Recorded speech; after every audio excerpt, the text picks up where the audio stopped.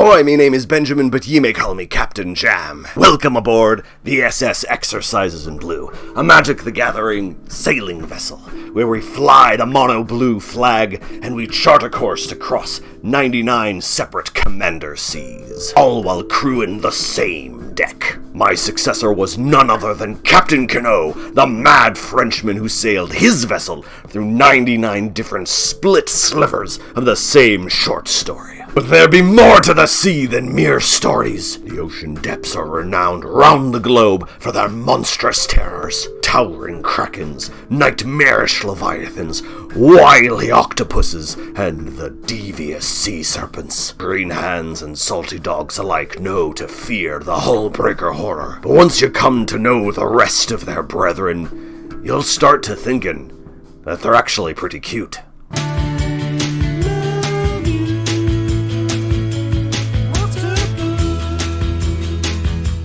There's no world where I keep that going after the needle drop. Check it out, y'all. Krakens, leviathans, octopuses, and serpents. 4 separate creature types, but for reasons I cannot fathom, pun intended, Magic the Gathering likes to clump them all together, sometimes synergistically, while still keeping them 4 separate creature types. This makes them worse than if they were just a single unified creature type, like Goblin or Elf. A mild bummer indeed. But now that we've gotten our griping out of the way, let's jump into the cards. For starters, we need a sea monster commander, someone who can wrangle the wildest and the widest entities living down at the bottom of the ocean. Someone who's right at home with all these huge powerhouses surging forward as fast as they can possibly go. Is it Kiora, Krothus, or Kinesos? Nah fam, it's Vinwixit Verbose Host, the 0-4 homunculus of legend who starts our engines just like the moon turns the tide. He grants us a hand size as boundless as the beautiful blue sea, and at max speed he will have us drawing cards with the relentlessness of waves crashing against a coastal shore. Now with a Kindred deck that focuses on 4 different types of aquatic kaiju, you might think that we've left our standard elements of Exercises in Blue behind. Not so. We've managed to squeeze in 10 baby sea queens, mostly merfolk, and we're still running 34 lands. Gosh, I hope that works in this deck! Before I start showing off the benthic beasties, we must first be able to find them, afford them, and keep them safe. Therefore, our ramp, draw, protection, and removal suites will all be pretty standard for typical Vinwixit decks, albeit with as much thematically appropriate artwork that we can possibly fit. If the Scryfall tag list includes Kraken, if it includes aquatic creature, if the artwork features a seashell, if it shows any kind of water, that card is fair game. An important note about the ramp is that because Sea Monster Typal is a theme that references 4 different creature types, we can't really use any of the Kindred staples that we normally would, alas. Unless your playgroup pre-approves a Rule 0 that cards like 3 Tree City and Herald's Horn can actually apply their select a creature type to the 4 creature types of sea monsters. If they're down with that, then you definitely swap those bad boys in. But I've dilly-dallied and lollygagged long enough. It's time for some bona fide ship crushers. We've got a 20-card blend of sea monsters to share with you today. Most of them fall into one of 2 categories: freeze effects and bounce effects. Humongous hindrances like Lorthos the Tidemaker, the Watcher in the Water, Monstrosity of the Lake, Breaching Leviathan all specialize in dragging our opponent's creatures down beneath the crushing waves. While whopping wallopers like Slinvoda, Brinolin, Denizen of the Deep, and the Scourge of Fleets are all specifically equipped to kick everybody out of the pool. There are a few tasty outliers. Some sea monsters, such as Starwinder and the Unagi of Kyoshi Island, stay true to their mono-blue values by letting us draw lots of cards. But several sea monsters serve no extracurricular function, and instead focus on their primary purpose, treating our opponents like Tentacruel treats office buildings during the opening credits of the Pokemon anime. Finally, just to give you a sense as to how very Bracket 2 this deck is,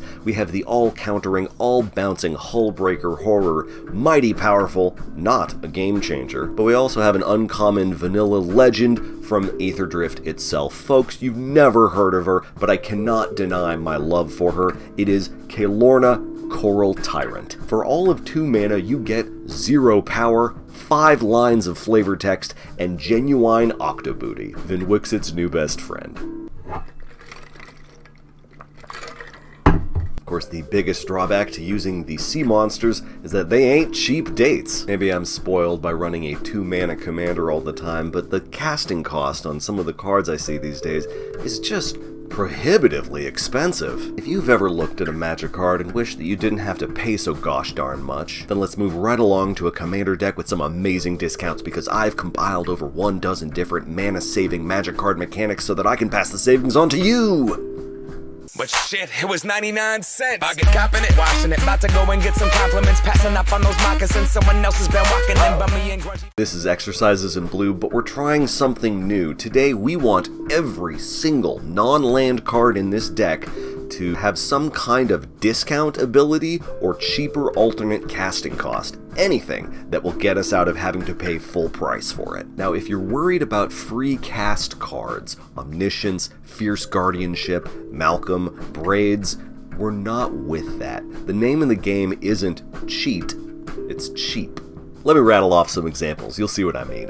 First things first, we've got early bird pricing. Abilities like Foretell, Impending, and Plot will give us a discount by paying now and receiving later. On the flip side of this are the Miracle cards. Incredible savings, but we gotta act fast if we want that discount. We're casting them the moment that we draw them. Of course, it is possible to get the best of both worlds with rebound spells. Technically, the first casting is full price, but they're cast one, get one free. Of course, there's lots of other options for conditional discounts. Anything with a costs less if clause functions just like a rebate with proof of purchase. Cards with Evoke will turn a deal into a steal by turning the spells into single serving spells. And any card with Delve is a shining example of how to dig perfectly decent goods out of the trash. Speaking of behavior that might send corporate CEOs into cardiac arrest, fingers crossed, the Sneak and Ninjutsu abilities appear to be advocating for petty theft, which is reprehensible behavior when it comes to small independent businesses. Meanwhile, I've heard that shoplifting from large corporations is barely shoplifting. But not everything in this deck is hard toil and high risk. Remember the full refund creatures? They're back! And they brought their friends. Counter magic, card draw, creature theft, and whirlpools. Of course, when times get tough, or now that times are tough, you might be tempted to make a drastic offer on the black market. And while I've heard that you can be compensated for selling plasma, please remember, take care of yourself. You're not alone out there. You have friends and loved ones who want to help you out. Just let us split the tab with you every once in a while. Having thus concluded the creative thematic tags portion of our second deck, I'm reminded that while the first deck was contented to best our opponents by ingurgitating them, this wacky mid-range deck needs some kind of win condition other than showing off its impressive net gains. Probably have to go with some soulless, ruthless affront to nature. The Dawning Archaic, I guess? Maybe Emrakul? Oh, wait, we could just bring Octavia back! Yes! Links to both decks will live down in the video description. Suggestions for either deck are always warmly welcome. Likes and comments will receive my direct gratitude. Subscriptions are currently the best way to get notified about all of my silly creations until I get around to creating a website or a mailing list or a Patreon. But I will get around to those. Names that you may call me include but are not limited to Jam, and for those of you watching and or listening, I thank you for your time and attention. Mwah. Oh, I almost forgot. The last card for the discounts deck. I know we forsook cheat spells in favor of cheap spells, but I just couldn't pass up this unbelievable one-time offer.